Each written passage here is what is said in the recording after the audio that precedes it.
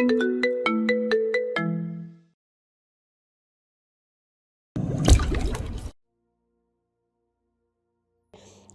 স্নেহের হাসি দিয়ে বলল, পিচ্চিমের কত চিন্তা।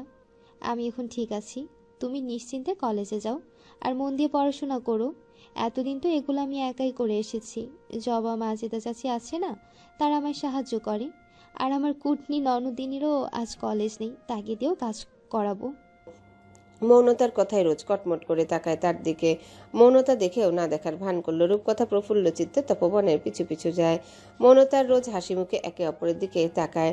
রোজ যখন ইন্টার পরীক্ষা দেয় তখন তার পড়াশোনা নিয়েও ঝামেলা করছিল নির্জনা বেগম।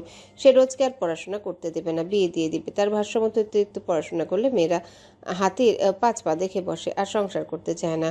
তখনও তপবন প্রতিবাদ করে আর জোরপূর্বক রোজকে ভার্সিটিতে পড়ায়, কিন্তু মৌনতার ক্ষেত্রে তার কোনো জোর খাটেনি। কেননা ইমরোজ নিজেও চাইতো না মৌনতা পড়াশোনা করুক। স্ত্রীকে পড়াশোনা করার অনুমতি দেয় না, কিন্তু সে জীবনসঙ্গী হিসেবে চায় কর্মজীবী একজন আধুনিক মেয়ে। মাঝে মধ্যে মৌনতা নিজের ভাগ্যের উপর হাসি পায়। কত সংসার দেখা যায় নারীর উদাসীনতা ঘর ভেঙে যায়, আর পুরুষ আপ্রাণ চেষ্টা করে সংসারটাকে টিকিয়ে রাখার। কিন্তু এখানে সে আপ্রাণ চেষ্টা করে যাচ্ছে তার সংসারটা টিকিয়ে রাখার। বছরের শুরুর দিকে কলেজের প্রোগ্রামের কমতি থাকে না। আজও হয়তো তেমনই কোনো প্রোগ্রাম রয়েছে। পুরো কলেজ কেমন জমজমাট সুসজ্জিত।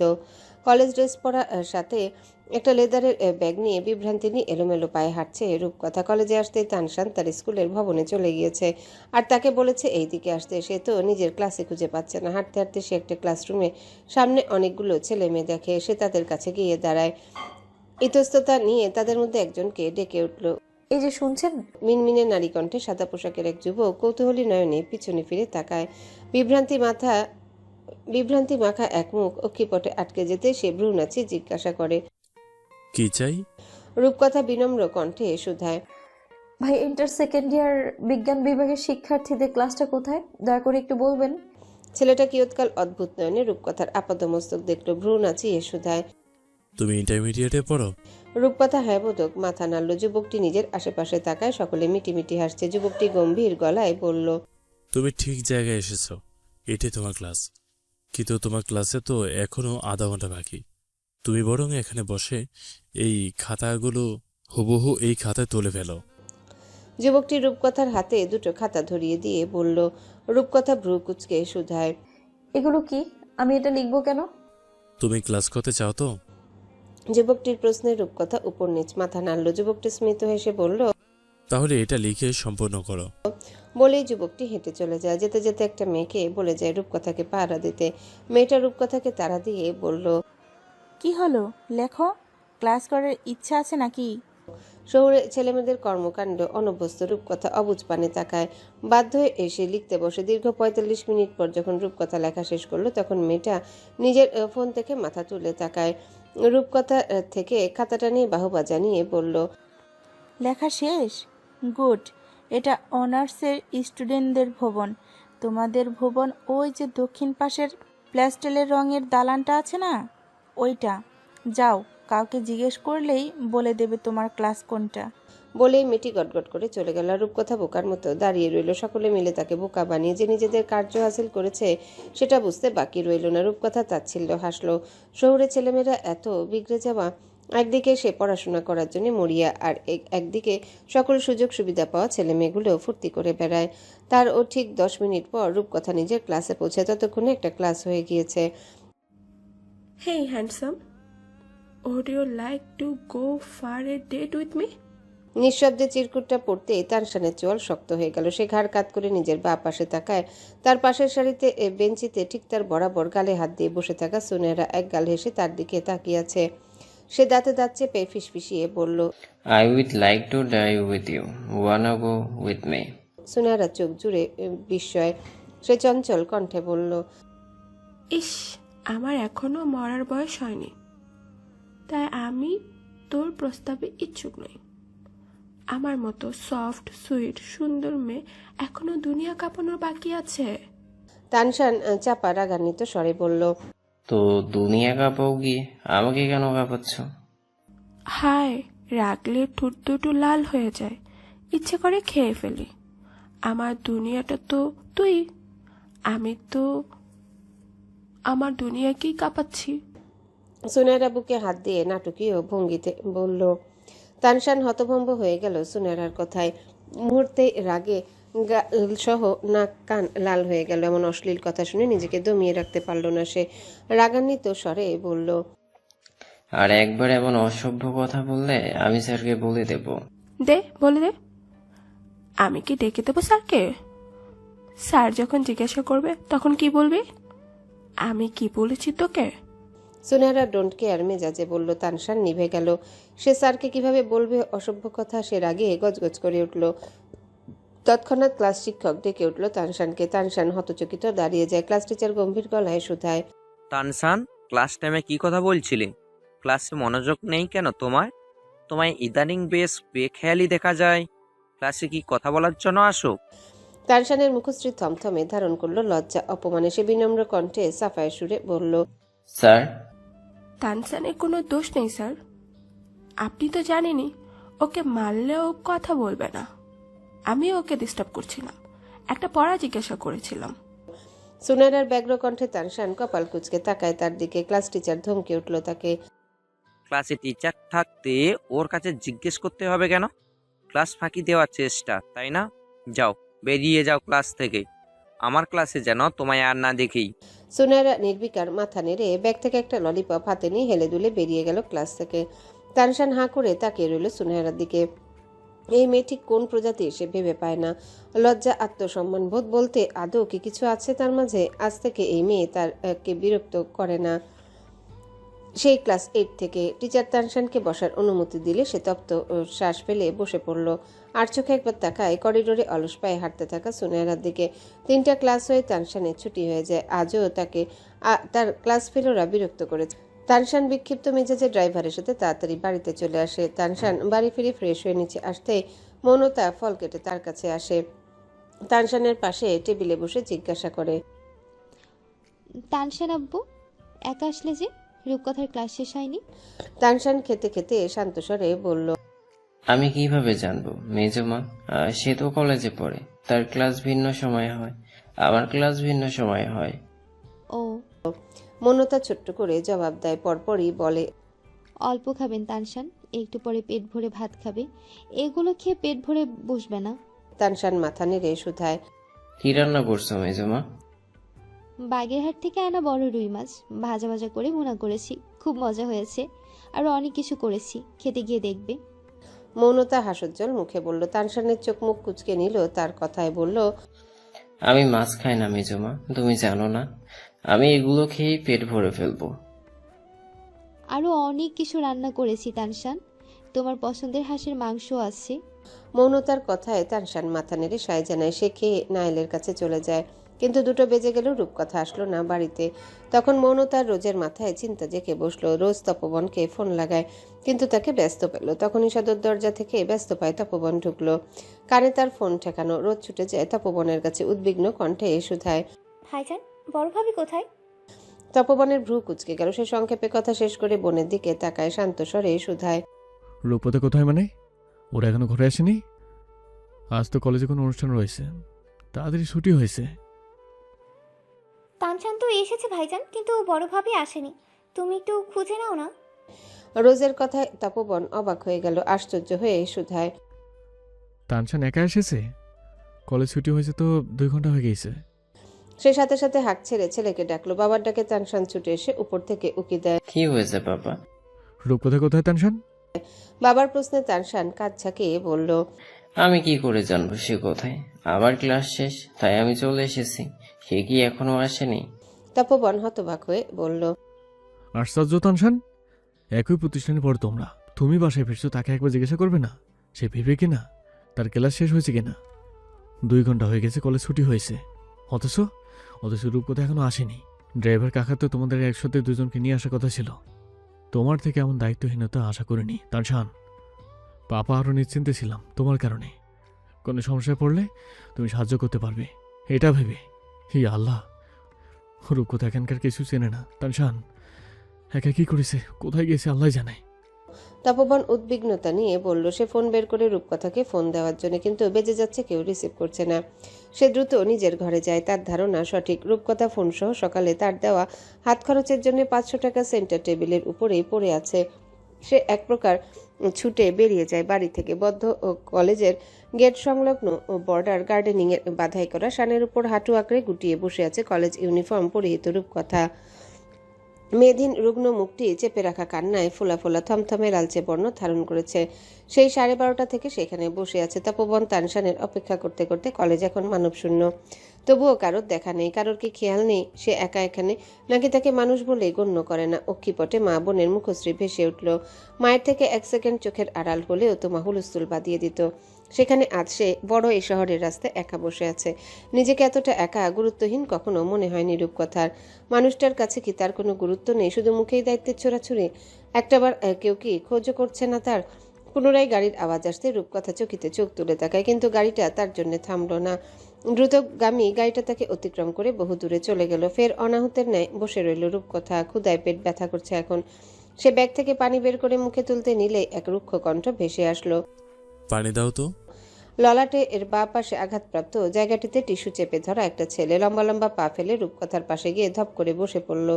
টিস্যুটা ততক্ষণে রক্তাক্ত হয়ে ভিজে উঠেছে। ছেলেটা তবুও নির্বাক। কপাল কুঁচকে বিশ্রী ভাষায় কিছু গালি দিল। পানি হাতে রূপকথা চোখ তুলে তাকায়। ছেলেটিও ঝাপসা দৃষ্টিতে তাকায় রূপকথার দিকে। দৃষ্টিতে দৃষ্টি মেলে যেতে রূপকথা সন্তর্পণে দৃষ্টি ঘুরিয়ে নিয়ে দূরে সরে বসে। ছেলেটা সেদিকে পাত্তা না দিয়ে জিজ্ঞাসা করে, পানি আছে না? দিচ্ছ না কেন? রূপকথা আর চোখে এক পলক রক্তমাখা ললাট দেখল। এটা যে সকালে সেই অভদ্র বকে যাওয়া ছেলেটি। সকালে সেই চাপারাক উজ্জীবিত হয়, কিন্তু প্রকাশ করল না। দয়ার জায়গা থেকে এই পানির বোতলটা বের করে সিমেন্টের শানের উপর রেখে আবার নিজের আড়ষ্টতা আঁকড়ে বসে রইল। তৃষান বিক্ষিপ্ত মেজাজে পানির বোতলটা হাতে নিয়ে পানি পান করে একা একা বিড়বিড় করে বলে, ওই মা বা কালকে সূর্য উদয় দেখবে হাসপাতালের বেডে বসে বসে। কাপুরুষ তিশান জুবাইদের ওপর পিছন থেকে আঘাত করে পালিয়ে যাবে কোথায়? দরকার পড়লে কবর থেকে উঠিয়ে নিয়ে আসবো।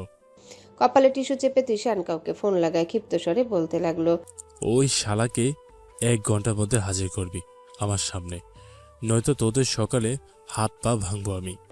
একের পর এক গালি শুনে রূপকথা কোনা চোখে তাকায় তৃষানের দিকে। চোখের কোনা বেয়ে রক্ত গড়িয়ে পড়ছে তো পড়ছে, থামার নাম নেই। ছোট্ট এই যুবতী মনটিতে পরিস্থিতির আড়ালে চাপা পড়া এক নমনীয় সত্তা রয়েছে, যেটা কারো দুঃখ কষ্ট দেখতে পারে না। সে ব্যাগের চেন খুলে কয়েকটা ব্যান্ডেড বের করে, অতঃপর নীরবে 3টা ব্যান্ডেড ছেলেটার পাশে শানের উপর রেখে দিল। এগুলো রোজ দিয়েছে তাকে। নতুন জুতা পরলে পায়ে ফোসকা পড়ে, তাই ফোন কেটে পকেটে ঢুকিয়ে নিতে গেলে তৃষানের দৃষ্টি হঠাৎ গিয়ে আটকায় ব্যান্ডেডগুলোর দিকে। সে ভ্রু কুচকে তাকায়, একবার ব্যান্ডেড গুলোর দিকে, আরেকবার মেয়েটার দিকে। এটা যে সকালে সে বিভ্রান্ত মাখা মুখটি, তবে চেহারার বেহাল দশা এখন যেন এক দিক দিশাহারা পথিকের ন্যায়। সে ব্যান্ডেডগুলো হাতে নিয়ে শুধায়, এগুলো দিয়ে কি করব? খাবো নাকি মাথায় দেব? নিজের মধ্যে জেকে বসা আতঙ্ক ভয় সামলে উঠতে না পারা মেয়েটি রাগান্বিত চোখে তাকায় তৃষানের দিকে, চিবিয়ে চিবিয়ে বলে, এগুলো খাওয়ার আর মাথায় দেওয়ার হলে আপনি সেটাই করুন, খেয়ে ফেলুন। নিতান্তই পিচ্ছি একটা মেয়ে। সে কি তৃষান জোবায়ের উপর রাগ দেখাচ্ছে? তৃষানের ভ্রু উঁচিয়ে গেল। সে নিগুড় পানে পর্যবেক্ষণ করে মেয়েটার আপাদমস্তক, কলেজ ড্রেস পরা, সাথে হিজাব, উজ্জ্বল সামনা গায়ের বরণ, মুখশ্রী কেমন থমথমে, চোখ দুটো টলটলে, যেন টোকা দিলে অশ্রুরা গড়িয়ে পড়বে। কলেজ তো ছুটি হয়েছে সেই 12টা নাগাদ, এখন বাজে 2:10। মেয়েটা এখন ওইখানে বসে আছে কেন? সে স্বভাব সুলভ রুক্ষ স্বরেই বলল, এইগুলো দিয়ে সাহায্য করেছো নাকি? আমার মেজাজ খারাপ করছো? এইগুলো কি আমি একা একা আমার মাথায় লাগাবো? মানে আমার সাহায্য করা কি ভুল হয়ে গিয়েছে? রূপকথার অবুঝ কণ্ঠ। এইটাকে সাহায্য বলে? যে সাহায্য আমার কোনো উপকারে আসবে না, এইটা লাগিয়ে দেবে কে? তৃষানের কথায় রূপকথা থমথমে মুখে হাত বাড়িয়ে দিল তৃষানের দিকে, গম্ভীর গলায় বলল, দিন আমি লাগিয়ে দিচ্ছি। আমি আবার শহরে ছেলে মেয়েদের মতো উচ্ছন্নে যাওয়া নই, যারা সাহায্যের নামে মানুষকে বোকা বানায়। তৃষানের ওষ্ঠকোণ বেঁকে গেল সকালের ঘটনার প্রেক্ষিতে খোটা শুনে। সে তেরছা চোখে তাকিয়ে শুধায়, তো তুমি কোনো সভ্য আদর্শ গ্রামের মানুষ? আমাদেরও বলো, আমরা শহরে উচ্ছন্নে যাওয়ার মানুষগুলো সেখানে গিয়ে একটু সভ্য হয়ে আসবো। রূপকথা ঠোঁটে ঠোঁট চেপে রাগ সংবরণ করে এগিয়ে যায় তুষানের কাছে। হাত থেকে ব্যান্ডেডগুলো নিয়ে সেগুলো তুষানের কপালে লাগিয়ে দিতে লাগলো। দুপুরে জনমানবহীন পথ, শুনশান পথের ধারে নিজের উপর নুয়ে আসা এক নারীর অবয়ব, সাথে নাসারন্ধ্রে প্রবেশ করা মিষ্টি আতরের সুগন্ধে অজান্তে তুষানের মুখে স্মিত হাসি ফুটে উঠল। ব্যথায়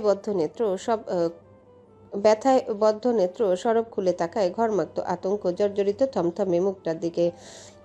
রুক্ষভাবে আঘাতপ্রাপ্ত জায়গায় ব্যান্ডেড লাগাচ্ছে, রাগ ঝাড়ছে তার উপর। সে টলমলে চোখ দুটোর দিকে তাকিয়ে মিহিসরে শুধায়, কলেজে তো ছুটি হয়েছে কখন? এখনো বাড়িতে না গিয়ে এখানে বসে আছো কেন? প্রেমিকের জন্য অপেক্ষা করছিলে? সরব ব্যথা জায়গায় সজোরে চাপ অনুভব করতে তুষান চোখ মুখ কুচকে নিল। প্রশ্নের জবাব এভাবে দিল মেয়েটি, ভাবতেই গাদুলি হেসে উঠল সে। রূপকথা বিরক্তি চাহনি নিক্ষেপ করে তার দিকে। সে হেসে শুধায়, হারিয়ে গিয়েছো? তা দিয়ে আপনি কি করবেন? রূপকথা ক্ষিপ্ত কণ্ঠে, তৃষান নির্লিপ্ত কণ্ঠে বলল, কিছু করার আছে নাকি? থাকলে করব, তাই বলো। রূপকথা জবাব দেয় না। সে দ্রুত নিজের কাজটা সম্পূর্ণ করার চেষ্টা করে। তৃষান পুনরায় শুধায়, নাম কি? তা দিয়ে আপনার কি কাজ? তোমার বাড়ি নিয়ে যাব পালকি। মতিভ্রম হয়েছে নাকি? তাই মনে হচ্ছে কি? তৃষানের শান্ত স্বরে রূপকথা হাত থামিয়ে শানিত দৃষ্টিতে তাকায় তার দিকে। শেষবারের মতো ব্যান্ডেডটা ভালো করে চেপে দিয়ে সরে আসে। আবার ব্যাগ আঁকড়ে অদূরে গিয়ে বসে পড়ে। নিজেকে বড্ড অসহায় লাগছে। আর কত অপেক্ষা করবে, নাকি তাকে নিতেই আসবে না কেউ? ঠোঁট ভেঙে কান্না আসে রূপকথা। তৃষান গা ঝাড়া দিয়ে উঠে দাঁড়ায়। কোনা চোখে কান্না চেপে রাখা মেয়েটির দিকে তাকিয়ে বলল, সমস্যা কি এখানে? একা একটা মেয়ে বসে আছো কেন? দুপুরের সময় নির্জন জায়গায় বিপদ হয়ে যাবে। বাসা কোথায়? কারোর নিতে আসার কথা আমায় বলতে পারো। শহরের ছেলেরা এতটাও খারাপ না, অন্তত এই তিশান জোবায়ের তো না। গুন্ডা বকাটে হতে পারি, কিন্তু অতিজ্ঞত নয়। কারো ওপর নিয়ের অভ্যেস আমার নেই, তাই উপকার ফিরিয়ে দেব। কিভাবে দেব সেটা বলো। রূপকথা বিরক্তি চাহনি নিক্ষেপ করে অত্যাধিক পরিমাণে কৃতজ্ঞ যুবকটির দিকে। নিজের গুণ নিজে গাওয়া মানুষ কখনো গুণী হয় না। এই লোকও সুবিধার না, তাই সে চুপ রইল। তৃষান ঘাটতারা মেয়েটিকে দেখতে দেখতে সিগারেট ধরায়। সেখানে বসেই ফুঁকতে থাকে। প্রায় অনেকক্ষণ যাবৎ সেখানেই দাঁড়িয়ে থাকে তৃষান। রূপকথার ঠোঁট তিরতির করে কাঁপছে, কান্না চেপে রাখায়। সে চোখ তুলে তাকায় তৃষানের দিকে। তৃষান মেয়েটিকে দেখছিল। সরব অসহায় চাহনি দেখে সে খিক করে হাসলো। ডানে বামে মাথা নেড়ে শুধায়, বাড়ির ঠিকানা জানো না? রূপকথা ডানে বামে মাথা নাড়ল। তৃষান অবাক হলো বেশ। কেউ বাড়ির ঠিকানা কিভাবে জানে না? সে জিজ্ঞাসা করে, তবে বাড়ির নাম কিংবা কোনো অভিভাবকের নাম তো জানো? সেটা বলো, আমি ঠিকানা বের করে দিচ্ছি। রূপকথা মিহিসরে বলল, তপবন শিকদার। কি অভিভাবক? তৃষান কপাল কুচকে শুধায়। রূপকথা হ্যাঁ বোধক মাথা নাড়ল। তৃষান কৌতূহলী গলায় বলল, তপন ভাইয়ের বাসাতে থাকো? আমি তো তাদের সকলকে চিনি, কিন্তু তোমায় তো দেখিনি। গ্রাম থেকে এসেছো এইখানে পড়তে? রূপকথা হ্যাঁ বোধক মাথা নাড়ল। তৃষান তাকে আশ্বস্ত করে বলল, তাহলে তো কোনো সমস্যাই নেই, চলো তোমায় দিয়ে আসি। তপবন ভাইজান তো এত দায়িত্বহীন না। তবে তোমায় কেউ নিতে আসলো না কেন? রূপকথা জবাব দিল না। তৃষান পুনরায় বলল, এইখানে বসো, আমি বাইক নিয়ে আসছি। রূপকথা বসে রইল। তৃষান যাওয়ার সাথে সাথে একটি দ্রুতগামী অডিকার গতি স্লথ করে রূপকথার সামনে। দীর্ঘ অপেক্ষা ফুরিয়ে কাঙ্ক্ষিত মানুষটির দেখা পেতে অভিমানে জর্জরিত মেয়েটির আখিদ্বয় থেকে টপটপিয়ে কয়েক ফোঁটা অশ্রু গড়িয়ে পড়ল। গাড়ি থেকে হন্তদন্ত হয়ে বের হওয়া তপবন দরজা আঁকড়ে ধরেছে। ফোঁস করে স্বস্তির নিঃশ্বাস ফেলল রূপকথাকে দেখে। সে দ্রুত এগিয়ে যেতে রূপকথা চোখ মুছে ব্যাগ আঁকড়ে দাঁড়িয়ে যায়। রাজ্যের উদ্বিগ্নতা ম্লান হয়ে আসে তপবনের। রূপকথার সম্মুখে দাঁড়াতে রূপকথা টলমলে আঁকি তুলে অভিমানী কণ্ঠে বলল, আপনাদের কারো যদি সময় না হয় আমায় নিয়ে আসার, তবে দরকার নেই নিতে আসার। আমার ঠিকানাটা বলে দেবেন, আমি একাই চলে যাব। আর যদি আমাকেই বোঝা মনে হয় তবে আমার বাগেরহাট দিয়ে আসবেন। বলেই সে গটগট করে হেঁটে চলে যায়। গিয়ে গাড়ির পাশে দাঁড়িয়ে থাকে। তপবন তখনও ঊর্ধ্বশ্বাস সামলে উঠার চেষ্টা করছে। মেয়েটার মুখদর্শনের ঠিক পূর্ব মুহূর্ত পর্যন্ত কি গিয়েছে তার উপর, তা শুধু সেই জানে। সে লম্বা লম্বা পা ফেলে রূপকথার পাশে এসে দাঁড়ায়। গাড়ির দরজা খুলে দিয়ে নম্র কণ্ঠে বলল, আমার স্ত্রী আমার জন্য বোঝা নয়, আমার আরেকটি অংশ, আমার সবচেয়ে বড় দায়িত্ব। এতটুকু বলে থামে তপবন। পুনরায় অনুতপ্ত হয়ে বলল, দুঃখিত কথা, আমি ড্রাইভার কাকাকে বলেছিলাম তোমাকে আর তানশানকে একসাথে নিয়ে যেতে, কিন্তু তারা ভুল করে ফেলেছে। এরপর থেকে আর এমন হবে না। কেউ না নিতে আসলে আমি আসবো তোমাকে নিতে। রূপকথা প্রতি উত্তর করে না। আন্না তাকায় তপবনের অনুতপ্ত মুখটার দিকে। সে সিটে বসে পড়ে। তপবন এক পলক কান্নারত অভিমানী মুখটার দিকে তাকিয়ে ড্রাইভিং সিটে বসে পড়ে। ত্রিশান বাইক নিয়ে আসতেই দেখলো নির্দিষ্ট জায়গায় মেয়েটি নেই। তাকে উদ্বিগ্ন দেখা গেল। সে ছুটে যায় গেট দারোয়ানের কাছে, জিজ্ঞাসা করে এখানে বসা মেয়েটা কোথায়। সে বলে তাকে কেউ এসে নিয়ে গিয়েছে। ত্রিশান স্বস্তির নিঃশ্বাস ফেলল। অনুশোচনায় দগ্ধ তানশান নতমস্তকে দাঁড়িয়ে আছে বাবার সামনে। পেছনে হাত বেঁধে সরু দৃষ্টিতে তপবন ছেলেকে দেখছে। মুখায়ব কঠোর। তানশান মাথা তুলে বলে, সরি পাপা, তুমি তো আমায় বলে দাওনি যে তাকে সাথে করে নিয়ে আসতে হবে। তোমার এই সরি কি আদৌ কোনো কাজে তানশান? আজ খারাপ কিছু হয়ে যেতে পারতো। ড্রাইভার কাকা তো চাকরি করে। তানশান জবাব দিতে পারল না। তপবন পুনরায় বলে, সেদিন তো তুমি আমায় বলেছিলে আমার ওপর তোমানে তার ঢাল হয়ে থাকবে, কিন্তু আজ মনে হচ্ছে আমি হয়তো ভুল করেছি তোমার উপর ভরসা করে। টেনশন, তুমি আর আমি ব্যতীত তার কেউ নেই। আমার ওপর তোমাকে দেখতে হবে, তার খেয়াল রাখতে হবে। তুমিও যদি আগ্রহ করো, তবে আমি না থাকলে তো তার আর কেউ থাকলো না, বলো? তানশান চোখ তুলে তাকায় বাবার গম্ভীর মুখটার দিকে। বাবাকে আশ্বাস দিয়ে থমথমে মুখে বলে, আর কখনো এমন হবে না পাপা, আমি সব সময় দেখে রাখবো তাকে। তপবন জবাব দিল না। কিয়ৎকাল নীরবতায় আচ্ছন্ন হয়ে বাবা ছেলে। তপবন গাম্ভীর্যতা ভেঙে আদেশের সুরে বলল, কোর্সিংয়ের সময় হয়ে গেছে, তৈরি হয়ে নাও। তানশান নীরবে কাবার্ডের কাছে গিয়ে শার্ট আর প্যান্ট বের করে। পরনে তার ঢিলে ঢালা একটা টি শার্ট আর শর্টস। তপবন উষ্ণ নিঃশ্বাস ফেলে ছেলের ব্যাগ গোছাতে লাগলো। একদিনের শিক্ষা আজীবন পথ নির্দেশ করবে। কেননা সে ব্যতীত এই পৃথিবীতে রূপকথা দ্বিতীয় অভিভাবক যে তানশান। তাকে দায়িত্ববান হতে হবে রূপকথার প্রতি। বিশাল এই শহরে একা পথ চলার ভয়ার্থ অনুভূতি সামলে উঠতে ব্যর্থ হয় রূপকথা। মানুষটার উপর অগাধ অভিমান নিয়ে রূপকথা এসেছে থেকে একটাও কথা বলেনি। আর না চোখ তুলে তাকিয়েছে। বিকাল 5টা। তানশান মাত্র বায়োলজি কোচিং থেকে ফিরেছে। সাইকেল রেখে ঘরে ঢুকে ব্যাগটা ছুঁড়ে মারে সোফায়। ক্লান্ত স্বরে জোরে জোরে ডাকে, মেজমা, মেজমা। শাশুড়ির তলবে সদ্যই তার ঘরে ঢোকা মৌনতা আর রূপকথার গতিরোধ হলো তানশানের ডাকে। মৌনতা গলা উঁচিয়ে বলল, তানশান আব্বু, তোমার দাদুমণির ঘরে আমি। তানশান সোজা দাদুমণির ঘরে গিয়ে একগাল হাসলো দাদুকে দেখে। মৌনতার কাছে গিয়ে তাকে পেছন থেকে দুহাতে জড়িয়ে ধরে কাঁধে থুতনি ঠেকিয়ে আহ্লাদি গলায় বলল, মেজমা খিদে পেয়েছে, স্যান্ডউইচ বানিয়ে দাও। মৌনতা স্নেহের হাসি দিয়ে বলল, খিদে পাবে না? সারাদিন এত ছোটাছুটি, দুপুরে এতটুকু খেয়ে দৌড় দিয়েছো কোচিংয়ে। চলো, আমি দিচ্ছি। তানশান আর মৌনতা ঘরের বাইরে পা বাড়াতে নিলে নির্জনা বেগম পিছু ডাকলো। নম্র কণ্ঠে বলল, তোমার মেজমা অসুস্থ তানশান, পায়ে ব্যথা, তাকে রেস্ট নিতে দাও। এখন তোমার মা আছে, যা দরকার তাকে বলবে। সে তো ভুলেই বসেছে তার একজন ছেলে আছে। বড় বৌমা, যাও তানশান কি চা বানিয়ে দাও। তারপর থেকে সব বিষয়ে মৌনতাকে ডাকা বন্ধ করো, তার শরীর খারাপ থাকে। মেজমায়ের অসুস্থতার কথা শুনে তানশান চিন্তিত কণ্ঠে শুধায়, তোমার পা এখনো ভালো হয়নি? আচ্ছা, দরকার নেই, কাউকে কিছু করার দরকার নেই। আমি না হয় অন্য কিছু খেয়ে নিব। অন্য কিছু খাওয়ার দরকার নেই, আমি বানিয়ে দিচ্ছি। তানশানকে বলেই মৌনতা পরপরই শাশুড়ির উদ্দেশ্যে বলল, আমার পায়ের ব্যথা কম আম্মা, কথা এটা বানাতে পারবে না। আমি বরং আজ যাই, পরে না হয় ওকে শিখিয়ে দেব।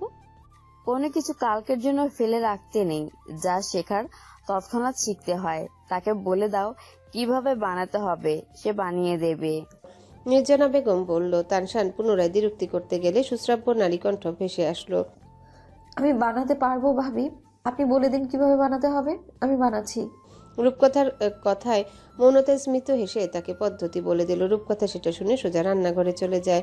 মৌনতার কথা মতো স্যান্ডউইচ বানাতে লাগলো। খাবারের ঘরে টেবিলে বসে অপেক্ষা করছে তানশান। তার খুব খিদে পেয়েছে। এই সময়টাতে তার খিদে পায়, ভারী কিছু খেতেই হবে, আর সেটা মৌনতার হাতে স্যান্ডউইচ। তপবনের পর মৌনতা আর নির্জনা বেগমই তানশানের সকল খেয়াল রাখে। রূপকথা রান্নাঘর থেকে উকি দিয়ে দেখে ক্ষুধায় অস্থির তানশানকে। ছেলেটার সাথে কথা বলতে তার ইতস্তত বোধ করে। নিজেকে কেমন ঘৃণ্য লাগে। তানশান কি তাকে খুব খারাপ ভাবে? সে কিছু করলে তা ভালো চোখে দেখবে তো? সে কাজের গতি বাড়িয়ে দ্রুত স্যান্ডউইচ বানিয়ে তানশানের সামনে দেয়। তানশান প্রতিক্রিয়াহীন সেটা খেতে লাগলো। রূপকথা অধীর আগ্রহে তাকিয়ে আছে তানশানের মুখের দিকে। সে বোঝার চেষ্টা করছে তানশানের ভালো লাগছে কিনা। অর্ধেকটা খাওয়া হয়ে গেলে সে কিছুটা ইতস্তত মিহি কণ্ঠে শুধায়, কেমন হয়েছে?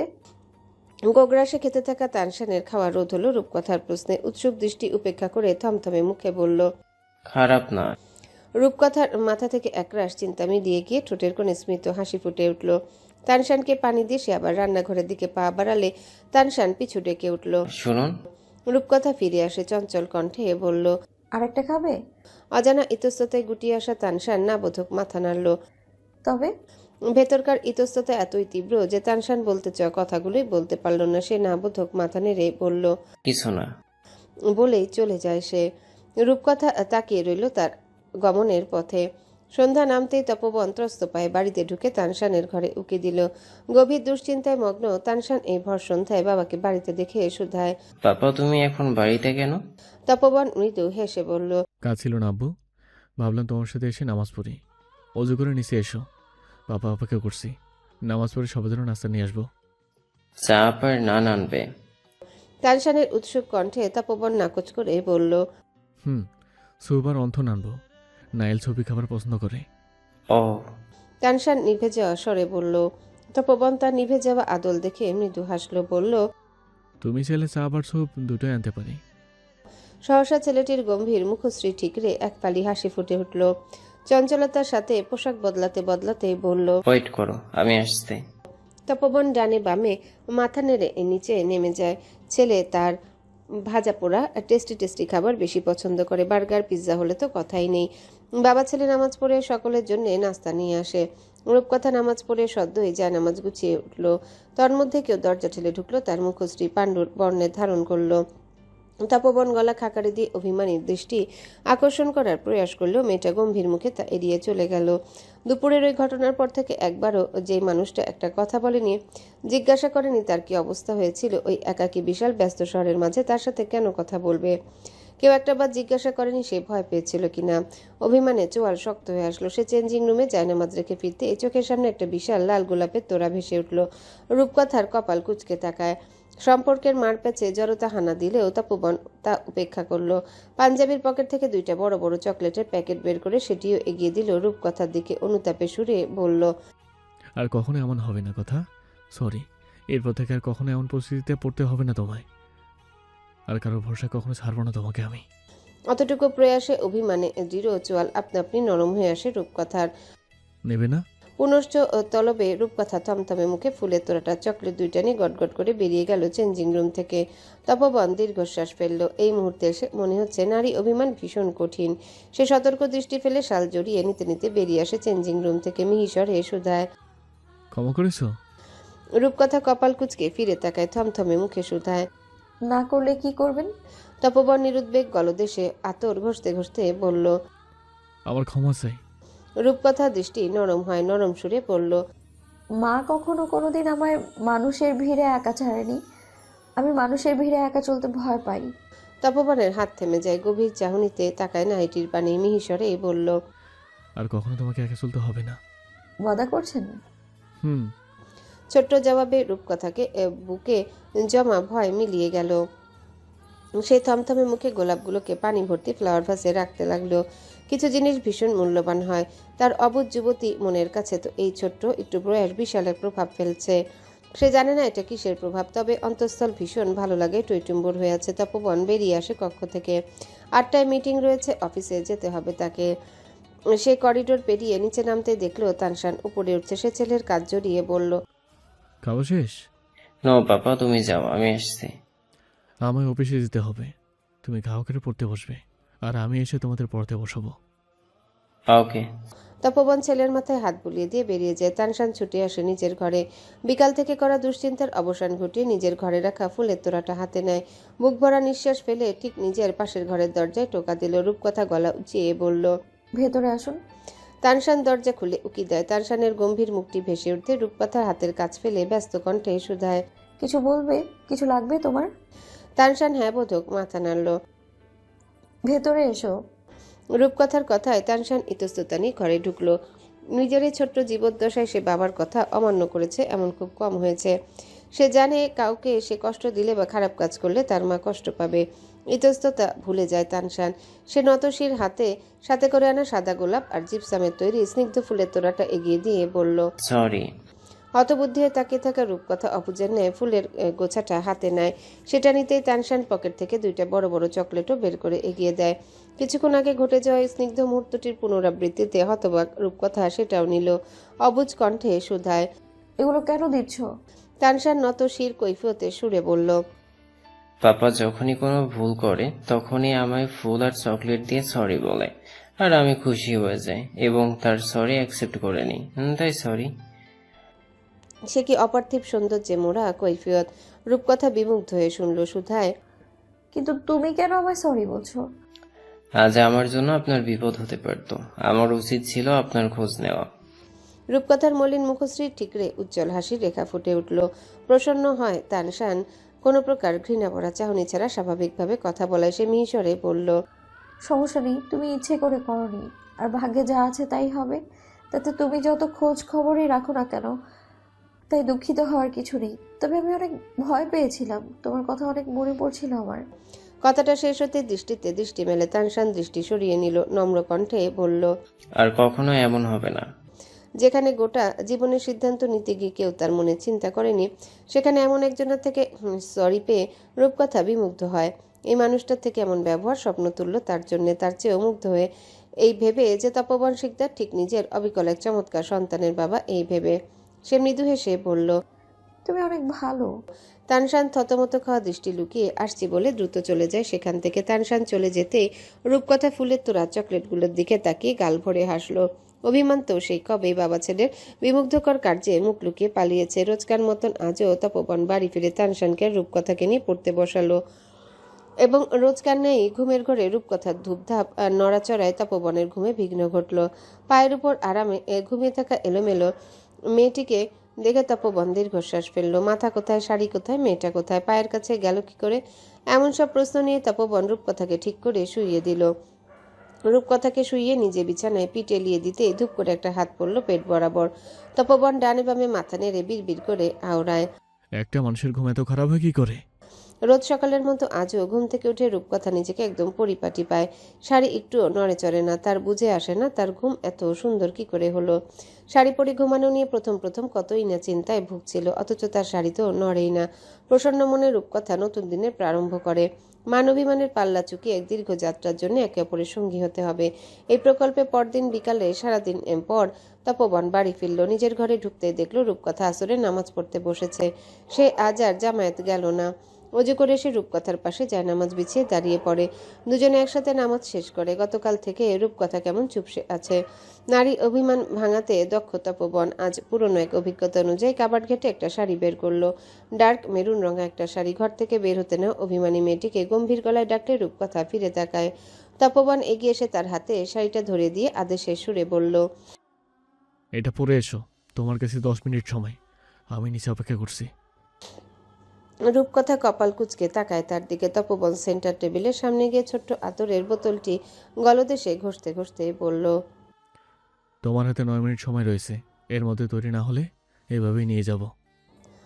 তপবন সরোবরের গেটের বাইরে এসে দাঁড়ায়, সাথে মেরুন রঙা শাড়ির সাথে হিজাব পরা। রূপকথা তপবন গেটের দিকে মুখ করে রূপকথাকে বলল, এদিকে দেখাও।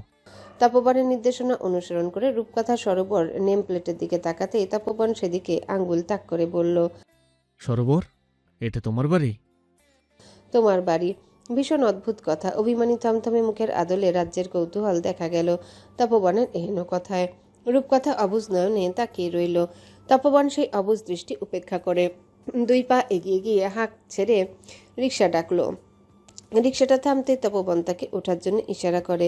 রূপকথা নিরুত্তর উঠে বসে রিকশায়। তপবনও তার পাশে উঠে বসে। এক হাত মেয়েটার পিঠে আগলে ঠিক অপর পাশে আতলে হাত রাখে। রিকশা চলতে শুরু করলে তপবন সব মুখে দৃষ্টি রেখে বলতে শুরু করে, এই রোডের নাম হাজি মহসিন রোড। এখান থেকে তোমার কলেজে রিক্সায় যেতে 20 মিনিট এবং গাড়িতে যেতে 15 মিনিটের মতো সময় লাগে। রিক্সা ভাড়া 40 টাকা নেবে। আসার পথেও একই ভাড়া, তবে ক্ষেত্র বিশেষে বেশি নিতে পারে। এই জন্যই বলছি কখনো টাকা ছাড়া বের হবে না। কলেজ থেকে বাড়ি ফেরার সময় হাজি মহসিন রোড, আবু খান লেনের সাথে সরবর বাড়িটির নাম বললেই তোমার একদম গেটের সামনেই নামিয়ে দেবে। এতক্ষণে রূপকথা বুঝতে পারল নিখুঁতভাবে সবকিছুর সাথে পরিচয় করিয়ে দেওয়ার কারণ। যেতে যেতে তপবন খুঁটিনাটি সব দেখালো রূপকথাকে। রূপকথার অভিমান আরও দৃঢ় থেকে দৃঢ় হলো। না চাইতেও কারো জীবনে জড়িয়ে যাওয়া, তার নিত্য নতুন কর্মে মুগ্ধ হওয়া, তার জন্য করা সবকিছুর পেছনে শুধু দায়িত্ববোধ রয়েছে, তার প্রতি সম্মান ভালোবাসা নেই। তাই তো দায়িত্ব পালন করেই খালাস। গতকালকের ওয়াদা, তবে ঠুনকো অভিমান যেন আরো দৃঢ় হলো। রিক্সাটা চলতে চলতে থামলো ঠিক রূপকথার কলেজের সামনে। পাঞ্জাবি ঝাড়া দিয়ে তপবন রিক্সা থেকে নামে আলতো ঘাড় নেড়ে শুধায়, চিনতে পেরেছো সবকিছু? মনে থাকবে যা যা বলেছি? মনে না থাকলেও সমস্যা নেই, একা চলতে চলতে সব চিনে যাব। আপনার চিন্তা করতে হবে না। যার চলার পথে একাকিত্বতা সঙ্গী, সে ধীরে ধীরে সবটা শিখে যায়।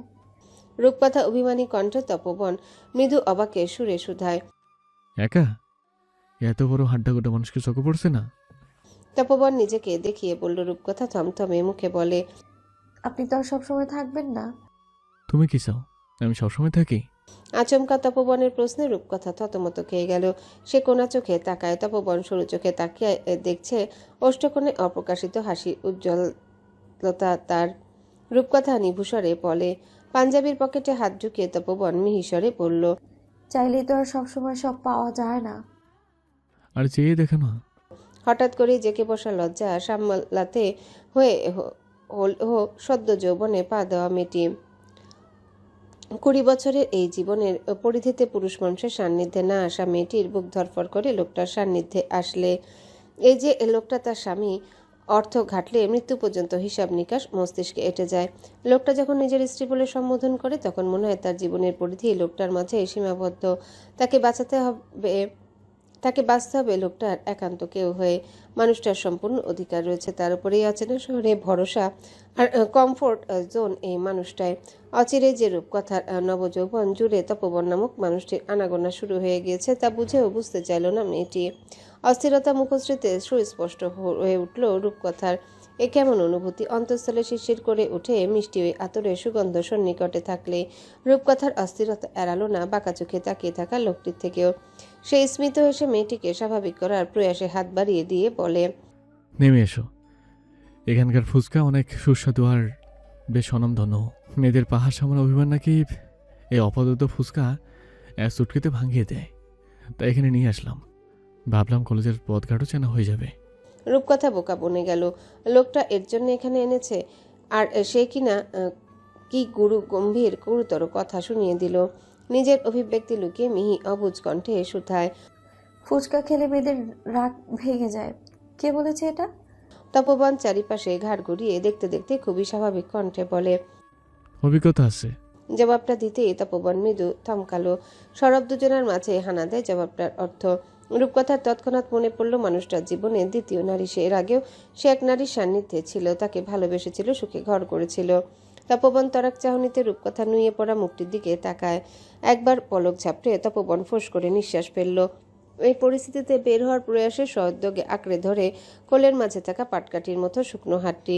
এই হাত ধরার মতো সহজ সম্পর্ক তাদের মধ্যে তৈরি হয়েছে শপিং করার দিন থেকে, যখন মেয়েটি নিজেই আঁকড়ে ধরেছিল তপবনের হাত। রিক্সা থেকে নেমে ফুচকার দোকানে দিকে পা চালিয়ে তপবন জিজ্ঞাসা করে, তুমি ফুচকা খাও না? খাই, বছরে 1 বা 2 বার। যে টাকা দিয়ে ফুচকা খাবো সেই টাকা দিয়ে 1 কেজি আলু হয়ে যায়, কিংবা অন্য কোনো সবজি। আর 1 কেজি আলুতে আমাদের 3-4 দিন হতো। 1 প্লেট ফুচকা খাওয়া থেকে 1 কেজি আলু কেনা ভালো, তাই কখনো তেমন খাওয়া হতো না। রূপকথা শহুরে জনজীবন দেখতে দেখতে বলল। তপবন ঘাড় ঘুরে এক পলক তাকায় রূপকথার দিকে। বাস্তবতা মানুষকে কতটা বুঝদার করে তোলে। যেখানে তানশান এখনো জানে না সে কয় টাকা কেজির চাল খাচ্ছে। কে বলে money is nothing, money is everything. একটা শিশুর শৈশব কেমন হবে সেটা নির্ভর করে টাকার উপর। তপবন রূপকথার হাতে ফুচকার প্লেট এগিয়ে দিতে নিয়ে শুধায়, আপনি খাবেন না? তপবন কপাল কুঁচকে না বোধক মাথা নেড়ে বলে, এগুলো আনহাইজেনিক, আমি খাই না। তাহলে আমায় কেন খাওয়াচ্ছেন? রূপকথা ভ্রু কুচকে শুধায়। মেয়েদের রাগ ভাঙানোর সহজ উপায় হলো ফুচকা। তোমাদের মেয়েদের রাগ তো সকল হাইজেনিক আনহাইজেনিকের ঊর্ধ্বে, তাই না? এত মজাদার খাবারের সামনে হাইজিন আনহাইজিন বেমানান শব্দ। কিন্তু আপনাকে কে বললো আমি রাগ করেছি? রূপকথা খেতে খেতে শুধায়। করণী বলছো? তপবন মৃদু হেসে শুধায়। মেয়েটা জবাব দেয় না। শেষ কবে ফুচকা খেয়েছিল রূপকথার মনে নেই। সে মজা করে খেলো ফুচকা। প্লেট শেষ হওয়ার আগে তপবন জিজ্ঞাসা করে, আর 1 প্লেট বলবো? কাজি লেবু, কাঁচা ঝাল, ধনিয়া পাতার সুগন্ধে, মজাদার ফুচকার স্বাদে নিমগ্ন রূপকথা হুঁশজ্ঞান হারিয়ে অনতি বিলম্বে ঘন ঘন মাথা নাড়ে, সংকোচীন চঞ্চল কণ্ঠে বলে, কাঁচা ঝাল বেশি করে দিতে বলবেন। তপবন ঠিক তার উল্টোটা করল। সে ফুচকাওয়ালাকে বলল, গুঁড়া ঝাল কাঁচা ঝাল কোনো ঝালই দিবেন না। রূপকথার মুখ ভোতা হয়ে গেল। সে চুপসে গিয়ে আবারও খেতে শুরু করলো। খাওয়া হতেই তপবন রূপকথা পুনরায় রিকশায় উঠল। এই যে বুড়ো টাকা পেট মোটা রাগী টিচারের কথা যত মনোযোগ সহকারে শুনছিস না, তার একটু মনোযোগ যদি আমার চেহারাটার দিকে দিতি, তাহলে আজ আর আমায় সিঙ্গেল থাকতে হতো না, তোরও এমন গোমরা মুখ করে থাকতে হতো না। কি পাস এইসব পড়াশোনা করে? তোর এই পড়াশোনার চক্করে আমি যে বাজেভাবে আটকে গিয়েছি, না পারছি বের হতে, না পারছি পিছু হাঁটতে। রোজকার মতো অদ্ভুত অদ্ভুত চিঠি পড়ে তানশান নীরবে সেটি ব্যাগে ঢুকিয়ে রাখলো। 2 মিনিট বাদে আবারও পেছনের সিটের ছেলেটা তার পিঠে গুতাগুতি করতে লাগলো। তানশান অগ্নিদৃষ্টি নিক্ষেপ করে নিজের পেছনের ছেলেটার দিকে চিবিয়ে চিবিয়ে বলে, আর একবার যদি তুমি আমায় ডিস্টার্ব করো, তবে আমি টিচারকে বলে দেব। ছেলেটা বোকাশোকা হেসে আবারও তার হাতে চিরকুট গুজে দিল। তানশান ছুঁড়ে ফেলতে গিয়েও ফেললো না। রুম নোংরা করা যাবে না, টিচার বকা দেবে। সে চুপ করে বসে রইল। পেছন থেকে লাগাতার সুনেরা ফিসফিস আওয়াজ আসছে, এই টমেটো, তোকে কি ওটা হাতে নিয়ে বসে থাকার জন্য দিয়েছি? পড় ওটা। বই পড়ে কোনো কিছু করতে পারবি না, কিন্তু আমার চিরকুটগুলো পড়তে পড়তে তুই একদিন আমার বাচ্চার বাপ ঠিকই হয়ে যাবি। পড় পড় পড়। তানশান হতবাক হয়ে গেল সুনেরা লাগাম ছাড়া অশ্লীল কথাবার্তায়। আশেপাশের ছেলেমেয়েরা সকলে হেসে গড়াগড়ি খাচ্ছে। সে দাঁতে দাঁত চেপে সহ্য করে নেয়। চিরকুটটা বেঞ্চের নিচে নিয়ে খুলল সে। কাউকে ভালোবেসে সবচেয়ে বড় আত্মত্যাগ আমি করেছি। প্রেম করা বয়সে পড়াশোনা করছি, তাও আবার সায়েন্সে, যার সবকিছু আমার মাথার উপর থেকে যায়। তাও তোর আমার উপর দয়া হয় না তানসান? এই বুড়ো স্যার কি বলছে? এ কোথায় ফাঁসি দিল আমায়? পড়াশোনা থেকে প্রেম করা, বিয়ে করা, বাচ্চা উৎপাদন করা আরো সহজ। এই বইয়ের পাতা দেখলে ব্যাঙের মতো হাত পা ছড়িয়ে ছিটিয়ে শুয়ে থাকার মতো অবস্থা হয় আমার। প্লিজ আমায় বাঁচা। আজ রাগ দেখাতে গিয়েও রাগলো না তানশান, বরং চোখে মুখের গাম্ভীর্যতা ভেদ করে স্মিত হাসি ফুটে উঠল। পড়াশোনার থেকে প্রেম করা, বিয়ে করা, বাচ্চা উৎপাদন করা আরো সহজ। সুনেরার কথার সাথে মায়ের এমনি এক কথার মিল পেয়ে মায়ের ডায়েরিতেও এমনি একটা বাক্য ছিল বাবার উদ্দেশ্যে। আর এত বছর ধরে সে যদি নীরবে সুনেরাকে সহ্য করে যাচ্ছে, তার একটাই কারণ, সেটা হলো সুনেরার মাঝে সে মাকে খুঁজে পায়। তার কার্যক্রমে সে মা আর বাবাকে অনুভব করে। সে এবারে চিরকুটটিও ব্যাগে ঢুকিয়ে রেখে দেয়। তানশানের নীরবতায় সুনেরা পুনরায় হতাশার নিঃশ্বাস ফেলে টেবিলে মাথা দিয়ে শুয়ে পড়ল। তপবন তানশানের কোচিং রুমের সামনে এসে দাঁড়ায়। তানশান পড়তে পড়তে দরজায় বাবাকে দেখে স্মিত হাসলো। তানশানের টিচারের কাছে বলে তপবন ছেলেকে নিয়ে আসলো। তানশান বাবার হাত ধরে বেরিয়ে আসে কৌতূহলী গলায় শুধায়, এখানে কেন আসলে পাপা? আর আমরা যাচ্ছি কোথায়? তপবন ছেলের কাছ থেকে ব্যাগ নিতে নিতে বলল, রূপকথাকে নিয়ে বের হয়েছিলাম। ও তো একা চলাফেরা করতে পারে না। সবকিছু চেনাও হয়ে যাবে, ঘোরাঘুরি হয়ে যাবে। তুমি জাতিসংঘ পার্কে যেতে বলেছিলে, ভাবলাম এখনো নিয়ে যাই। রূপকথারও মেলা দেখা হয়ে যাবে। তানশান জবাব দিল না। সে বাবার হাত ধরে চলতে শুরু করে। জাতিসংঘ পার্ক তাদের বাসা থেকে 5-7 মিনিট দূরত্বের। সেখানে মেলা হচ্ছে, সেটাই দেখতে চেয়েছিল। তানশানের গাড়ি কোচিংয়ের টিচারের তত্ত্বাবধানে রেখে তপবন ইজি বাইকে করে স্ত্রী সন্তানকে নিয়ে জাতিসংঘ পার্কে যায়। বাচ্চা, বয়স্ক, কপতি পরিবার, সব ধরনের মানুষ জড়ো হয়েছে সেখানে। বিভিন্ন ধরনের রাইড, নারীদের সরঞ্জাম, সংসারের সরঞ্জাম, খাওয়া দাওয়ার ব্যবস্থা রয়েছে সেখানে। বাবা ছেলের পাশে রূপকথা মন্থর গতিতে হাঁটছে আর সবকিছু দেখছে। নাগরদোলায় যারা চড়েছে তাদের চিৎকার ভেসে আসছে। দেখতে দেখতে রূপকথা চোখ যায় এক ঝাঁক ঝিকিমিকি করতে থাকা বেলুনের দিকে, যেখানে কপতির ভিড় জমে আছে। তার মুখে হাসি ফুটে উঠল এক যুবককে তার প্রিয় নাইটির দিকে বেলুন এগিয়ে দিতে দেখে। তাদের দেখতে দেখতে লজ্জামাখা এক হাসি নিয়ে রূপকথা তপবনের দিকে তাকায়। মানুষটাও তো তার স্বামী, এমন সুন্দর সম্পর্ক কি কখনো তাদের মাঝে হবে? আকাঙ্ক্ষা ভরা চোখে মাথা তুলে তাকাতেই মাথাটা নুয়ে এলো তার মুখের উপর। সরব রূপকথা ভরকে গেল তপবনকে নিজের দিকে নুয়ে আসতে দেখে। উচ্চতায় বিস্তর ফারাক, মাস্কের আড়ালে থাকা ওষ্ঠদ্বয় নেড়ে তপবন শুধায়, কি ঝিলিমিলি বেলুন চাই? রূপকথা অবাক পানে তাকায় ধূসর বর্ণের কুচকানো আখিদ্বয়ের দিকে। মুখ দৃশ্যমান না হলেও মাস্কের আড়ালে হাসি মাখা মুখে রেশ আখিদ্বয় সুস্পষ্ট, চোখেও হাসা যায়। রূপকথা হতবুদ্ধির ন্যায় ঘন ঘন নাবোধক মাথা নাড়ল। তপবন মাথা নেড়ে সোজা হয়ে দাঁড়ালো, দুহাতে আঁকড়ে ধরা স্ত্রী এবং সন্তানের হাত। যেই হাত দুটো নিজে ছেড়ে দিয়ে তানশানের হাতের মাঝে রূপকথার হাত রেখে তপবন ছেলেকে বলল, আব্বু, তোমরা এখানে থাকো, তাকে দেখে রেখো, আমি 5 মিনিটের মধ্যে আসছি। তানশান নিজের হাতের মাঝে থাকা হাতটা হালকা হাতে ধরে মাথা নেড়ে সাহায্য জানায়।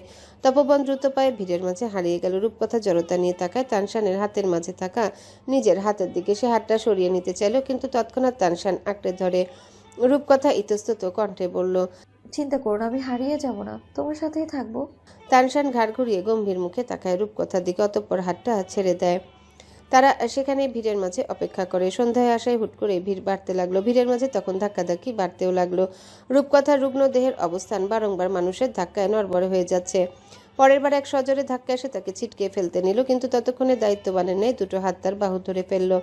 তানশান কপাল কুঁচকে তাকায়। রূপকথার শিক্ষা হয়ে যেতেই সে বোকা শোকা হেসে নিজ উদ্যোগে তানশানের হাত আঁকড়ে ধরে। তানশান নির্বাক দাঁড়িয়ে রইল।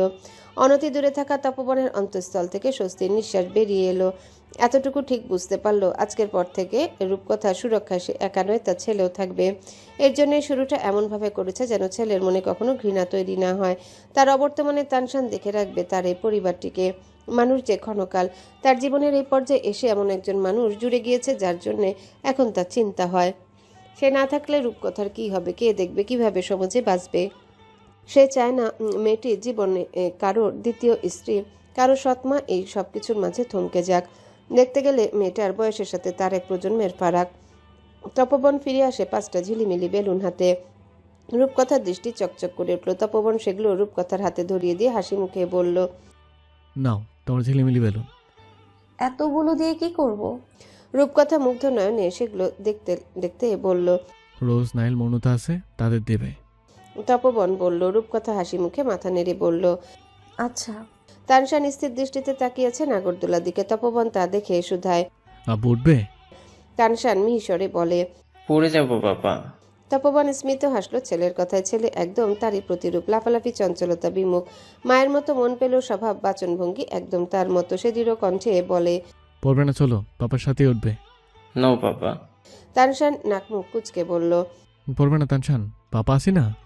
রূপকথা, তুমিও কি ভয় পাও? তপবনের প্রশ্নে রূপকথা এক পলক তাকায় নাগরদোলার দিকে। ছোটবেলায় হয়তো একবার উঠেছিল বাবার সাথে, আবছা মনে পড়ে। কেমন অনুভূতি ভুলে গিয়েছে সে। দুজনের ইতিউতি দেখে তপবন জোরপূর্বক দুজনকে নিয়ে নাগরদোলায় উঠল। তানশান উঠেই বাবাকে শক্ত করে জড়িয়ে ধরে বসে। তপবন ছেলেকে বুকে জড়িয়ে নিয়ে রূপকথার একটা হাত আঁকড়ে ধরে বসে। শুরুতে দুজনের মাঝে তেমন একটা প্রতিক্রিয়া না দেখা গেলেও কয়েক পাক ঘুরতেই ভরশূন্য অনুভূতি সামলাতে না পেরে রূপকথা আতঙ্কিত হয়ে চিৎকার করে উঠল। তপবন হেসে উঠল রূপকথার চিৎকারে। সে আরেক হাতে রূপকথাকেও বুকে জড়িয়ে নিল। তানশান যতটা সম্ভব শক্ত করে বাবার পেট জড়িয়ে ধরে বসে আছে। এভাবেই শক্ত বুকের আশ্রয় রূপকথার তানশান একটা সময় নাগরদোলার ভয়কে জয় করে নেয়। বিগত দিনের অভিজ্ঞতায় বাবা আর ছেলে আজ আর কোনো ভুল করল না। তানশান মাথায় গেঁথে নিয়েছে, পরিবারের সাথে সদ্য যুক্ত হওয়া মানুষটা তারও দায়িত্ব, যেই দায়িত্ব এখন পদে পদে প্রকাশ পায়। গাড়ির দরজা খুলতে না পারা রূপকথা প্রয়োজন পড়ে না দরজাটা খোলার। ছোট্ট ছেলেটি নিজেই দরজা খুলে দেয়। রূপকথা তখন ফ্যালফ্যাল করে তাকিয়ে থাকে। নারী অভিমানের শিকার তপবনও আজ আর ভুল করেনি, বরং স্ত্রী সন্তানের আগে সে তৈরি হয়ে বসেছে তাদের ড্রপ করার জন্যে। কলেজের সামনে গাড়ি থামতে তানশান বেরিয়ে যায়। পরপর রূপকথাও গাড়ি থেকে নামলে গাড়িতে থাকা তপবন তার পানে তাকায়। জানালা থেকে মাথা বের করে আক্ষেপ জড়িত কণ্ঠে বলে, গতকাল কত অভিমান দেখালে, আর আজ নিজে এসে ড্রপ করছে। একটা মিষ্টি করে ধন্যবাদ তো প্রাপ্য আমার। রূপকথার পরিবারে এত নির্দয় কেন?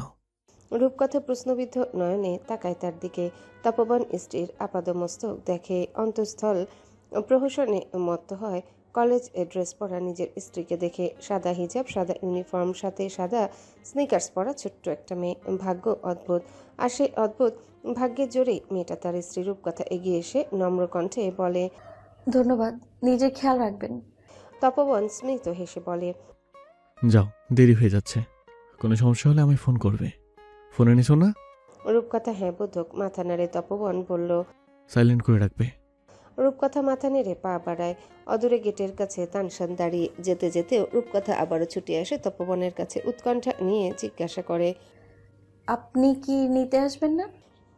মেয়েটির চোখে মুখে স্পষ্ট গতদিনের বাজে ঘটনার ভয়ের রেশ। তপবন তাকে আশ্বস্ত করে বলল, আসবো, আমি নিতে আসবো। রূপকথার মুখে হাসি ফুটে উঠল তার কথায়। আমরা অপেক্ষা করব। বলেই রূপকথা দ্রুত কদমে তানশানের কাছে যায়। সে যেতেই তানশান পা চালায়। রূপকথা কিছুটা কৌতূহলী হয়। তানশানকে নিজের সাথে নিজের ক্লাসের ভবনের দিকে যেতে দেখে সে কৌতূহলী গলায় শুধায়, তোমার ক্লাস তো অন্য ভবনে, তুমি এখানে কোথায় যাচ্ছ? আপনাকে আপনার ক্লাসে পৌঁছে দিয়ে আমি আমার ক্লাসে যাব। তানশান হাঁটতে হাঁটতে জবাব দেয়, প্রয়োজন নেই, আমি একাই যেতে পারবো, তুমি চলে যেতে পারো। রূপকথা ইতস্তত করে বলল। বেশি কথা না বলে তাড়াতাড়ি চলুন, ক্লাস টাইম হয়ে গিয়েছে। তানশান গম্ভীর গলায় বলল। রূপকথা আর কিছু বলল না। তানশান রূপকথাকে পৌঁছে দিয়ে নিজের ক্লাসে যায়। ভরা ক্লাসরুমে নিজেকে বড় একা মনে হয় রূপকথার। এত এত শহুরে চঞ্চল মেয়েদের মাঝে নিজেকে নিয়ে ভীষণ হীনমন্যতায় ভুগে। তবে তার হীনমন্যতায় আজ খানিক বিঘ্ন ঘটল। সবার শেষ বেঞ্চে বসে রূপকথার দুই পাশে হুড়মুড়িয়ে দুজন মেয়ে বসতে রূপকথা হকচকায়। অচেনা ক্লাস ফিলো দেখে গম্ভীর মুখে বসে রইল সে। পাশের দুজন ঘন ঘন নিঃশ্বাস ফেলছে। দেরি হয়ে গিয়েছে তাদের। নূর আর নৈমি ঘন ঘন নিঃশ্বাস ফেলে একে অপরের দিকে তাকালে মধ্যমণি ব্যাঘাত ঘটালো। তারা রূপকথার আপাদমস্তক দেখে সমস্বরে শুধায়, তুমি বিবাহিত? রূপকথা নিজে ডানে বামে তাকায়। উৎসুক বড় বড় দুটি নেত্র সে থমথমে মুখে বলে, হ্যাঁ। মেয়ে দুটো এক প্রকার হামলে পড়ে তার হাত আঁকড়ে ধরে উল্লাসে ফেটে পড়ে বলল, তুমি তো আমাদের বেস্ট ফ্রেন্ড। অদ্ভুত, আমি তো তোমাদের চিনিই না। রূপকথা অবাক কণ্ঠে বলল। নূর আর নৈমি গাল ভরে হেসে বলল, আরে তুমিও বিবাহিত, আমরাও বিবাহিত, তাই আমরা বেস্ট ফ্রেন্ড। কি অদ্ভুত লজিক। রূপকথা থমথমে মুখে বলল। নৈমি চঞ্চল কণ্ঠে বলল, আমিও নূরকে চিনতাম না জানো, যখন দেখলাম পুরো ক্লাসে আমি আর নূরই কেবল বিবাহিত, তখন আমরা বন্ধু হয়ে গিয়েছি। আজ আমাদের দলে আরেকজন যোগ হয়েছে, ভেবেই আমার খুব ভালো লাগছে। নৈমি রূপকথার হাত আঁকড়ে ধরে বলল। রূপকথা কপাল কুঁচকে শুধায়, তোমরা কি করে বুঝলে আমি বিবাহিত? সিম্পল, তোমার হাতের চুড়ি, নাকের নথ। নূর চমৎকার হেসে বলল। রূপকথা নীরব রইল। শাশুড়ি অলংকার ব্যতীত ঘরের বউদের দেখতেই পারেন না। এই জন্যই তপবন তাকে সবসময় পরার জন্য ছোট ছোট কিছু অলংকার কিনে দিয়েছে, যেগুলো পরলে অতিরঞ্জিতও লাগবে না, আর নির্জনা বেগমের আদেশও মান্য করা হবে। আমার বর ব্যাংকার আর নূরের বর টিচার। তোমার বর কি করে? রূপকথা ভাবুক হলো। সে ঠিক করে জানে না তপবন কি করে। শুনেছে বিশাল কোম্পানি রয়েছে। সে বলল, কিছু একটা করে। হ্যাঁ, তুমি জানো না? ঠিক করে জানি না আসলে। বিয়ে হয়েছে কতদিন? 15 দিন। তো বরের সাথে কথা হয় না? হয়, একটু একটু। একটু একটু কেন? আমি তো আমার বরের মাথা চিবিয়ে খাই। নূর পিটপিট করে চেয়ে বলল। নৈমি ভীষণ গম্ভীর গলায় বলল, তার মানে তোমাদের মধ্যে কোনো গড়বড় আছে, তাই না? রূপকথা নাকচ করে কিছু বলতে গেলে ক্লাস টিচারের নজর পড়ে গেল। টিচার তীক্ষ্ণ দৃষ্টি ফেলে ডেকে উঠল, এই মেয়ে দাঁড়াও। রূপকথা হকচকি উঠে দাঁড়ায়। টিচার রাগান্বিত স্বরে শুধায়, কি হচ্ছে ওখানে? কি কথা বলছিলে? নূর আর নৈমি চুপসে গেল। রূপকথা মিনমিনে স্বরে বলল, ও কিছু জিজ্ঞেস করেছি স্যার, দুঃখিত, আর হবে না। টিচার তার কথায় ভ্রুক্ষেপ করল না, বরং হোয়াইট বোর্ডের দিকে নির্দেশ করে কঠোর গলায় বলল, এখানে এসো আর এই ম্যাথটা সলভ করো। ক্লাসে এসে যখন কথা বলো তখন তো তোমরা সব জানতা। এসো। রূপকথা অসহায় দৃষ্টিতে তাকায়। সে তো গতকালই প্রথম কলেজে এসেছে, এই ম্যাথ তো সে পায়নি। সে বিনম্র সুরে বলল, স্যার আমি গতকালই প্রথম এসেছি, এই ম্যাথগুলো পারি না আমি। এহেন অজুহাতে টিচার দ্বিগুণ ক্ষিপ্ত কণ্ঠে বলল, লেম এক্সকিউজ, এইসব অজুহাত এখানে দেবে না। এখানকার প্রত্যেকে শুধু আমি রুলস বলে দিয়েছি, তারা এখন সব পারে, কিন্তু তোমরা তো পারবে না। ক্লাসে আসো শুধু গাল গল্প করতেই। পরপরই চোয়াল শক্ত করে বলে, তোমরা তিনজনই বিবাহিত তাই না? ক্লাসে পড়তে আসো না? আসো সংসারে গল্প করতেই। সংসারই যখন করবে তখন ক্লাসে আসো কেন? তোমাদের জন্য আর 5টা স্টুডেন্টদেরও মনোযোগ নষ্ট হয়। তোমাদের জন্য ঘরে বসে খুন্তি নাড়াই বেশ মানায়, বই খাতা তোমাদের হাতে মানায় না।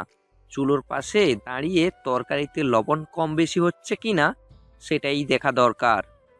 তার গলায় ঘৃণা, ব্যঙ্গ আর শ্রেণীবোধের ঠান্ডা বিদ্রুপ।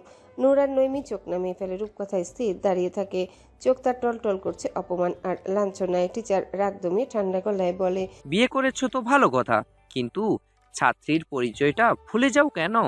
সংসার সামলাতে গিয়ে যদি পড়াশোনা ভুলে যাও তাহলে এখানে আসার মানে কি? হ্যাঁ, নিস্তব্ধ হয়ে যায় পুরো ক্লাসরুম। রূপকথা ধীরে স্থির বসে পড়ে। চুরির ক্ষীণ ঝুনঝুনি যেন মুহূর্তটিকে আরো ব্যঙ্গাত্মক করে তুলল। নূর আর নৈমি টলটলে নেত্রে রূপকথাকে কিছু বলতে গিয়েও বলতে পারল না। টিচার ক্লাসে থেকে যেতে তারা অনুতপ্ত হয়ে স্থবির রূপকথার হাত আঁকড়ে ধরে বলল, তুমি আমাদের জন্য কষ্ট পেয়েছো, আমরা সরি। আমাদের তোমাকে বকা খাওয়ানোর ইচ্ছে ছিল না, ক্ষমা করে দাও। রূপকথা টলটলে নেত্রে তুলে তাকায়, মৃদু হেসে বলল, তোমার কোনো দোষ নেই, আমার পরিস্থিতিটাই এমন যে পারছে কথা শুনিয়ে যাচ্ছে, কিন্তু কেউ জানতে চায় না কেন আমি এই পরিস্থিতিতে আছি। বলেই সে ব্যাগ নিয়ে বেরিয়ে যায়।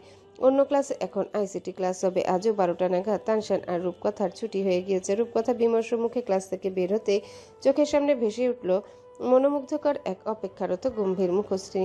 রূপকথার বিমর্ষতায় খানিক মুগ্ধতা ছুঁয়ে যায়। সে এগিয়ে আসতে তানশান গম্ভীর মুখে নিরুত্তর চলতে শুরু করলো। সময়ের আগে স্ত্রী সন্তানের প্রতিষ্ঠানের সামনে গাড়ি নিয়ে বসে থাকা তপবনের গম্ভীর মুখশ্রীতে অদৃশ্য হাসির উজ্জ্বলতা বাড়াতে লাগলো। ছেলে আর স্ত্রীকে একসাথে বের হতে দেখে। হয়তো তাদের বাস্তবতা খুবই জটিল, বেমানান, কিন্তু তারা চাইলেই তো সহজ করতে পারে। ঠিক যেমনটা সে সহজ করে তুলছে তানশান আর রূপকথার সম্পর্কটা। মা ছেলে হওয়ার প্রয়োজন নেই, তারা একে অপরের সহপাঠী হোক, একে অপরের বন্ধু হোক। তানশান গাড়ির কাছে এসে পেছনের দরজা খুলে দাঁড়িয়ে রইল। ওই ক্ষুদ্র খেয়ালটুকু রূপকথাকে আরেক দফা মুগ্ধ করে। তানশান দরজা আটকে নিজেও ফ্রন্ট সিটে বসে পড়ে। তপবন মৃদু হেসে ঘরমাক্ত স্ত্রী সন্তানের দিকে দুটো জুসের বোতল এগিয়ে দিল। ঠান্ডা ঠান্ডা খেয়ে নাও, এনার্জি পাবে। রূপকথা থমথমে মুখে জুসের বোতলটা হাতে নেয়। ভদ্রলোক তাকেও তানশানের মতো ট্রিট করে। অদ্ভুত, সে ছোট নাকি? অফিসের চরম ব্যস্ততা রেখে তপবন স্ত্রী সন্তানকে নিতে এসেছিল, তাই তাদের ড্রপ করে সে আবার অফিসে ছুটল। রূপকথা বসার ঘরে ঢুকতেই জড়তা আষ্টে পৃষ্ঠে জড়িয়ে ধরল শাশুড়ির তীক্ষ্ণ চাহনি দেখে। নির্জনা বেগম ক্রুদ্ধ দৃষ্টি সরিয়ে নিল। কুশিকাটা চালাতে চালাতে বিলাপে সুরে বলল, ঘরের মেজে বউ সংসারের জন্য নিজের অসুস্থতা মেয়ে রেখে দিন রাত খাটে, আর ঘরের বড় বউ কলেজ ড্রেস পরে নাচতে নাচতে কলেজে যায়। বাহ, আমার ঘরটাকে সার্কাস বানিয়ে রেখেছে। সকাল থেকে এমনিতেই রূপকথার মস্তিষ্ক থম মেরে গিয়েছিল টিচারের কটূক্তিতে। আবার শাশুড়ি এমন কটূক্তি শুনে তার অন্তঃস্থল ভেঙে পড়ে। বিরূপে পরিস্থিতির বিরুদ্ধে রুখে দাঁড়ানোর জন্য শক্তি খুঁজে পেল না ছোট্ট মেয়েটি। দ্রুত কদমে উপরে গিয়ে নিজের ঘরে ঢুকতেই টলটলে নেত্র অশ্রু ছেড়ে দিল। বেশ খানিকক্ষণ অবুঝের ন্যায় কেঁদে রূপকথা নোনা জলগুলো মুছে নেয়। তাকে যে এখনো অনেক বড় হতে হবে, বুঝদার হতে হবে। এত অল্পতে যদি কেঁদে ভাসায়, তবে যে এই কঠিন পথে সে নিজেকে দাঁড় করাতে পারবে না। কলেজ অ্যাড্রেস ছেড়ে শাড়ি পরে ভারী ভারী গহনাগুলো পরে নেয় রূপকথা। থমথমে মুখে মেখি হাসি ফুটিয়ে নিচে চলে আসে। রান্নাঘরে ঢুকতে মৌনতা ব্যস্ত কণ্ঠে বলল, কথা এসে পড়েছো? ক্লাস কেমন হলো? ভালো ছিল ভাবি, আপনি এখন রেস্ট নিন ভাবি, বাকি কাজ আমি করছি। রূপকথার কথায় মৌনতা মৃদু হেসে বলল, কাজ সব শেষ কথা। আমি জানতাম তুমি আসলে আম্মা কাজে পাঠাবে, তাই সব আগে আগে শেষ করে ফেলেছি। এখন শুধু রান্নাঘর গুছিয়ে তরকারিগুলো নামালেই হয়ে যাবে। তুমি ক্লান্ত নিশ্চয়ই। টেবিলে ফল কেটে রেখেছি, নিজেও খাও আর তানশানকেও দাও। রূপকথা ছলছল নেত্রে তাকায় তার পানে। এসেছে থেকে এই মানুষটা তার মাথায় সংসারের ভার পড়তেই দেয় না। সে ধিমি কণ্ঠে বলল, ধন্যবাদ ভাবি। মৌনতার ব্যস্ততা ম্লান হয় মেয়েটার মলিন মুখ দেখে। এগিয়ে এসে মাথায় হাত রেখে বলল, নিজের জীবন থেকে শিখেছি কারোর জন্য কোনো কিছু ত্যাগ করতে নেই, তাই তোমায় অন্য কিছুর জন্য তোমার স্বপ্নগুলো ত্যাগ করতে দেব না। ভাবি যতদিন বেঁচে আছি ততদিন নিশ্চিন্তে থাকো। সংসারের ভার তোমার উপর এত সহজে পড়তে দেব না। এমন কথা কেন বলছেন? আপনার কি শরীর বেশি খারাপ? শরীরে থেকে ভেতরটা বেশি অসুস্থ। এর ওষুধ কোথায় পাবো বলো তো? মৌনতার মলিন কণ্ঠে রূপকথা অবুঝের ন্যায় চেয়ে রইল। মানুষটা কখনো ভেতরের চাপা কষ্ট বলে না কাউকে, অথচ চোখে মুখে রাজ্যের ক্লেশ। বয়সের সাথে সাথে পাল্লা দিয়ে বাড়ছে দৈহিক কমজোরি, ঊর্ধ্বশ্বাস, পায়ের গিটে গিটে ব্যথা। একটু হাঁটলেই শরীর আর পেরে ওঠে না। এমনই দিনকাল চলছে। নির্জনা বেগমের হাঁটু চেপে ধরে ধীর পায়ে সিঁড়ি বেয়ে উপরে উঠে এক বুক দম ছাড়লেন তিনি। চারিদিক অবলোকন করতে করতে এগিয়ে চলে। সিলিংয়ের কোনায় কোনায় জমে থাকা মাকড়াসার জাল দেখে তার মস্তিষ্ক চিরবিরিয়ে উঠল রাগে। দাঁতে দাঁত চেপে করিডোরে সাজিয়ে রাখা ফুলদানি শোপিস ছুঁয়ে ছুঁয়ে দেখতে লাগলো। 1 ইঞ্চি পরিমাণ ধুলো জমে আছে তাতে। সে আর চুপ থাকতে পারল না, গলা উঁচিয়ে হাঁক ছাড়ল। জবা, এই জবা, মাজেদা, এদিকে এসো তো। এগুলো কি পরিষ্কার করো? এত খচ্চর মানুষ হয়? এগুলো কি তোমাদের কারো চোখে বাঁধে না? নির্জনা বেগম চেঁচিয়ে চেঁচিয়ে বললেন। জবা আর মাজেদা ছুটতে ছুটতে আসে উপরে। সতর্ক দৃষ্টিতে তাকায় তারা। এই বড় চাচি প্রচুর খুঁতখুঁতে। খুঁত না থাকলেও কোত্থেকে যেন সে খুঁত বের করবে। নির্জনা বেগম সব দেখিয়ে বলল, এগুলো কি? এখানে কি মানুষ থাকে নাকি গরু ছাগল? কোনো ভদ্র মানুষের ঘরে এমন থাকে? তোমরা চোখ কোথায় রেখে কাজ করো? এতগুলো মানুষ অথচ কারোর চোখে এগুলো পড়েনি। মাজেদা বিলম্বহীন তেজি কণ্ঠে বলল, বড় ভাবি যান, আমার তো মাজায় কি ব্যথা, তা তো আপনি জানেন। আমি না পারলে উফরে উঠি না, তাই আমি জবারে পই পই কইরা বলছি এইসব কাজ যেন খেয়াল কইরা করে। যা কর ওরে কন। জবা দাঁত কিরমির করে তাকায় মাজেদা চাচির দিকে। সে কি কম কাজ করে? ঘরে সব মানুষের কাজের কি অভাব আছে? সারাদিন এদিক ওদিক উপর নিচ করতে করতেই তার দিন পার হয়ে যায়। আর এদিকে খেয়াল দেওয়া হয়নি। নির্জনা বেগম এক দফা বকাঝকা করলো জবাকে। জবা চুপচাপ শুনলো সেসব। নির্জনা বেগম রাগ ঝেড়ে পা বাড়ায় আর বলে, হ্যালো বন্ধুরা, পরবর্তী পার্ট খুব তাড়াতাড়ি আসবে, তো সবাই অপেক্ষায় থাকো। আর চ্যানেলটি যারা এখনো সাবস্ক্রাইব করোনি তারা পরবর্তী পার্ট দেখার জন্য চ্যানেলটি সাবস্ক্রাইব করে রেখো। ধন্যবাদ সবাইকে, আমাদের সাথেই থেকো।